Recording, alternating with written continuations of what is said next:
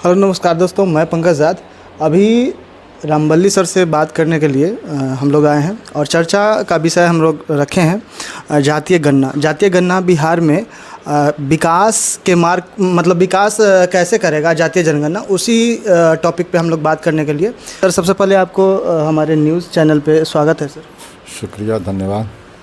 Sir आप बिहार में जातीय गणना जो हुआ है उसको आप बिहार के विकास में कैसे देखते हैं?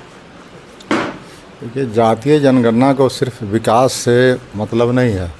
मतलब है कि आप आज़ादी के 76 वर्ष के बाद एक तरफ है लोग अमृत महोत्सव मना रहे हैं और दूसरे तरफ आज भी आबादी का एक बहुत बड़ा हिस्सा जो है वो बिल्कुल सत्ता और शासन से हाशिए पर है। मतलब वहाँ विकास की किरणें आज भी नहीं पहुँची है। इसलिए सरकार ने वैसे जातियों को, ऐसे जाति समूहों को जो विकास के दौर में पीछे रह गए हैं उनके लिए आरक्षण की व्यवस्था की। तो आरक्षण की व्यवस्था आखिर कैसे होगी? जातीय आधार पर ही, सामाजिक आधार पर ही। संविधान हमारा कहता है सामाजिक और शैक्षणिक आधार पर। तो सामाजिक और शैक्षणिक आधार पर आज भी जो सबसे बड़ा ग्रुप था बिहार के अंदर ईबीसी का, अति पिछड़ा वर्ग का, आज भी उसकी गणना जो की गई है वो 36%। तो 36% से प्लस जो गणना आई है, मेरा तो मानना है कि 36% से आबादी अधिक है। अब क्यों आबादी अधिक है? कि जाति की गणना ज़रूर सेंसस हुआ था 1931 में, लेकिन बिहार में एक आयोग बनी थी मुंगेरी लाल कमीशन। मुंगेरी लाल आयोग ने बिहार में पिछड़े वर्गों की स्टडी किया था और उनकी संख्या का भी पता लगाया था। और उसी के बाद में जननायक कर्पूरी ठाकुर जी ने 1978 में आरक्षण दिया और आरक्षण का फार्मूला था 12 + 8 + 3 + 3। नहीं, 12 और 8 का मतलब था कि अति पिछड़े वर्गों को 12%, माने 1.5:1 रेशियो था। 1.5 गुना आबादी थी। अति पिछड़ा के लगभग 33% 34% आबादी उस समय अति पिछड़ों की माफ़ी में गई थी। तो उसी अनुरूप में मिला। दूसरा बार जब आरक्षण का रीशेड्यूलिंग हुआ बिहार में, तो उसमें भी आज आरक्षण बढ़ करके अति पिछड़े वर्गों के लिए 18 है और पिछड़े वर्गों के लिए 12 है। यानी आज भी 12 और 18 जो है रेशियो, 1.5 और 1 का रेशियो बरकरार है। बीच के कालखंड में जननायक कर्पूरी ठाकुर ने 1978 में लागू किया आरक्षण। उस समय 94 जातियाँ 93 जातियाँ थी और आज बढ़ते बढ़ते लालू यादव के टाइम में 19 जातियों का पिछड़ा 2 से पिछड़ा 1 में लाया गया।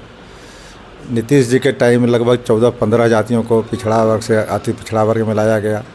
तो यानी जातियों की समूह इसमें बढ़ाई गई अति पिछड़े वर्गों में। तो फिर यह जातीय आबादी जो है घट क्यों गई? यह सवाल खड़ा होता है कि जब जाति का समूह वहाँ से लेकर यहाँ लाए तो कुछ न कुछ तो उसकी जाति संख्या रही होगी। तो इतने संख्या बढ़ने के बाद भी आज 36 हैं, तो ये तो दुर्भाग्यपूर्ण है। कहीं न कहीं एक सवाल खड़ा करता है। और यह सवाल इसलिए खड़ा करता है कि आप जाति जनगणना जो है, जाति गणना जो बिहार के अंदर आपने किया, वह किया एक संस्था है कंप्यूटर का जो चलाती है सॉफ्टवेयर की कंपनी बेल्ट्रॉन, उसके द्वारा ये संचालित किया गया। वह कोई प्रमाणिक संस्था नहीं है, इस तरह की इंस्टीट्यूशन नहीं है।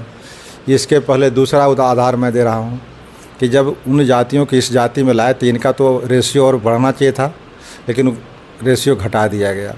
दूसरा उदाहरण मैं देता हूं कि बीच के कालखंड में 15 वर्ष 10 वर्ष पहले कुछ जातियां उसी सामान्य प्रशासन विभाग के निर्देश पर एन सिन्हा इंस्टीट्यूट, जो इसकी प्रमाणिक संस्था मानी जाती है, सरकारी उपक्रम है, उसने स्टडी किया कुछ जातियों का, मसलन चंदवंशी और माली और बहेलिया और कई जातियों का। उन जातियों के सर्वे में जो रिपोर्ट आए थे आज से 10 साल पहले, जैसे चंदवंशी समाज का आया था 30,32,000 और आज घट करके हो गया 21 लाख, मतलब 9 लाख घट गया। तो यह 10 वर्षों में 9 लाख घटना कहीं न कहीं से एक शंका पैदा करता है। और एक ही संस्था, उस समय भी सामान्य प्रशासन विभाग के निर्देश पर एन सिन्हा इंस्टीट्यूट ने स्टडी करके रिपोर्ट जारी किया। आज भी सामान्य प्रशासन विभाग ने 2 अक्टूबर 2023 को आंकड़ा जारी किया। तो एक ही एजेंसी सरकार की, बिहार सरकार की एजेंसी, और 2 तरह के डाटे अगर दे रहे हैं तो कहीं न कहीं तो लाजमी है संशय उठना। तो कुल मिलाकर के इसकी विश्वसनीयता और थोड़ा सा ये मैं कहूँ कि पारदर्शिता का अभाव है। तीसरी बात मुझे कहनी थी कि जो संस्थाएं ने स्टडी किया जाति आंकड़ों का, वो संस्थाएं किसी अगर वार्ड में, किसी मोहल्ले में गई कोई व्यक्ति का टीम या कोई व्यक्ति, तो वह टीम जो है जाने के बाद जो रिपोर्ट दे दिया उस रिपोर्ट को सच्चा मान लिया गया।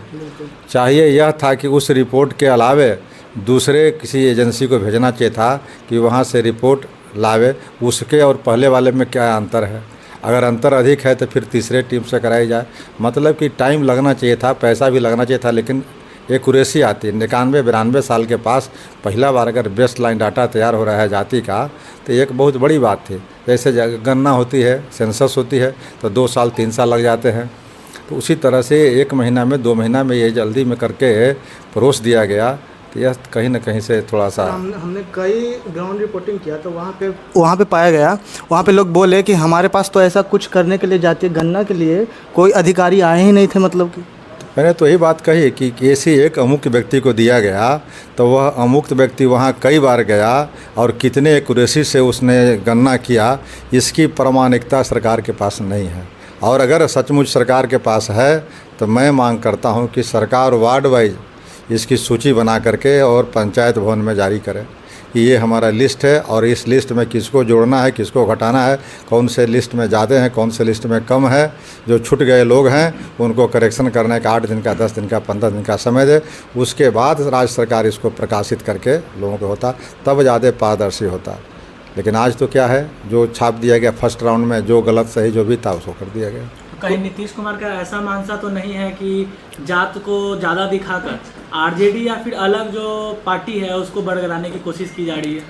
मैं पार्टी लाइन पे इसकी बात नहीं कर रहा हूँ, मैं समाज के लाइन पर और सच्चाई के लाइन पर कि जो भी सर्वे एजेंसी है या सरकार उसकी जिम्मेदारी ले रही है, तो सरकार को चाहिए कि विश्वसनीय और पारदर्शी बने, ताकि यह इतना ख़राब चीज़ है, सेंसिटिव चीज़ है कि इसमें जाति का गृह युद्ध शुरू हो जाएगा।